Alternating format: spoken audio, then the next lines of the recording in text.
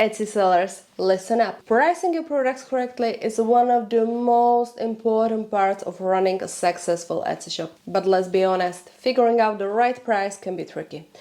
Set it too low and you barely make a profit. Set it too high and customers scroll right past.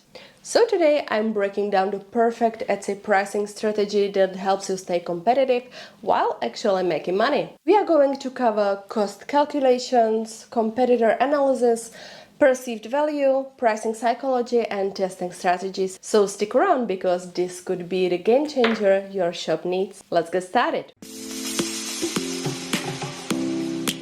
First thing first, you need to know exactly how much it costs to make your product before setting a price. Too many sellers guess, and that's a huge mistake. Here's what to include in your cost calculation. Materials. Every bead, thread, charm or ingredient used. Labor. Your time is valuable. Decide on an hourly rate and track how long each item takes to make. Etsy's fees. We know Etsy takes a cut. Listing fees, transaction fees, payment processing, VAT, etc. Packaging and shipping. Boxes, tissue paper, thank you notes and postage all cost money. Overhead costs.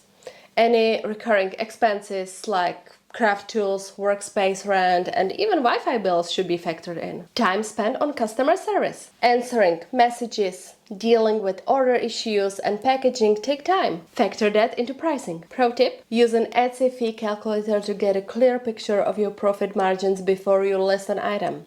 I will drop a link to my favorite one in the description. Take a piece of paper or open a spreadsheet and list down every single cost related to one of your products. You might be surprised at what you are actually spending. Have you ever realized you were underpricing your items? Share your experience. One additional tip. Many sellers forget to calculate the cost of discounts and promotions. If you frequently run sales, factor that into your base pricing so you don't lose money when running discounts. Once you know your base cost, it's time to see what other sellers are charging. But here's the thing, you are not just only looking for a number to copy. You are looking for opportunities to stand out. Here's what to do. Search for similar products in your niche. Compare prices from established bestsellers and new shops. Look at their pricing structure. Do they offer bundles or free shipping? Pay attention to their customer reviews. What do buyers love or complain about? Analyze their branding. They are positioning their product as luxury or budget friendly. Look at how frequently they run sales. Are they offering discounts too often? Check if they have a strong social media presence driving extra traffic to their shop.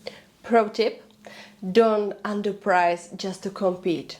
Instead, find ways to offer more value, better packaging, customizations, or a faster processing time.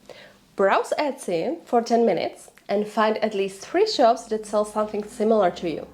Write down their pricing structure and think about where your products fit in. Do you find competitors' pricing influences how you set your own prices? Let me know. Pricing isn't just about covering costs. It's about what your product feels worth to your customer. The same item can sell for $10 or $50 depending on how it's presented. Ways to increase perceived value: professional product photography, clear, bright, and well-styled images, compelling product descriptions, tell a story, highlight benefits, and add personality, premium branding, high-quality packaging, and a cohesive shop aesthetic, social proof, more reviews and sales build trust, allowing for higher pricing, limited edition items, creating a sense of exclusivity can justify a higher price, fast shipping options. Buyers are often willing to pay more for quick delivery. Example: if 2 sellers list the same handmade ring, but one has gorgeous branding, beautiful photos, and a compelling story behind it, they can charge more. People buy experiences, not just products. Did you know certain prices trigger different emotions in buyers? Understanding this can make a huge difference in your sales. Here are a few techniques. Charm pricing. $9.99 versus $10. Prices ending in 99 feel cheaper, even if they are just 1 cent less. Round numbers. For luxury items, $50 instead of $49.99. Higher-end products feel more premium with whole numbers. Anchoring strategy. List a higher-priced item first so that the mid-priced item seems like a great deal. Bundle pricing. Offer sets or multi-packs at a slightly discounted rate to encourage bigger purchases. Free shipping over $35.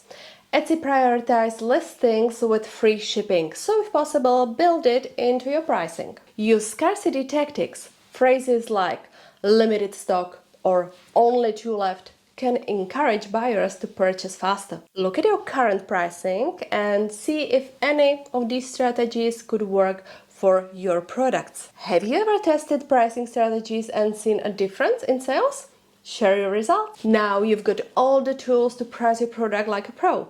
Here's a simple pricing formula to get started. Materials plus labor plus fees plus overhead times 2 is a wholesale price.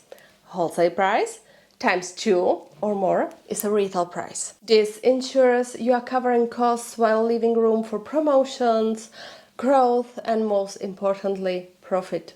Final tip, don't be afraid to test your pricing. If something isn't selling, try adjusting the price slightly and track the impact. So tell me, do you struggle with pricing your Etsy products? Drop your questions in the comments and I will do my best to help. And if you found this guide helpful, don't forget to like, subscribe for more Etsy business tips. See you in the next video. Bye!